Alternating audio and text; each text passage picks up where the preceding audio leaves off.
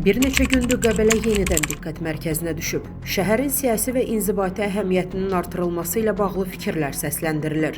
Xüsusilə son bir həftə ərzində Prezident İlham Əliyevin xarici qonaqları məhz burada qəbul etməsi müzakirələri daha da artırıb. Paytaxtın köçürülməsi kontekstində sözügedən məsələnin gündəmə gəlməsi Bakının tıxacdan və başqa yüklərdən azad edilməsi planının olub-olmadığını da aktuallaşdırıb. Qlobal İnfoza danışan deputat Fazil Mustafa deyib ki, Qəbələnin yaxud Ağdamın ikinci paytaxt elan edilməsi mükəmməl bir addım olar.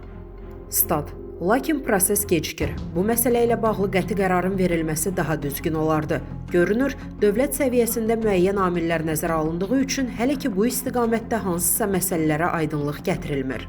Deputat bildirib ki, Bakıda yaranmış tıxac probleminin həlli məhz bu yanaşmadan, yəni ikinci paytaxt seçilməsindən keçir. Şəhərin mövcud vəziyyəti bu istiqamətdə daha ciddi düşünməyi zəruri edir. Çünki vaxtında həll olunmayan məsələlər sonradan daha böyük xərclər və gecikmələrlə nəticələnə bilər. Bu baxımdan belə bir yanaşma gündəmdirsə, onun mərhələli şəkildə həyata keçirilməsi məqsədə uyğundur. Çünki Bakı həddindən artıq yüklənib.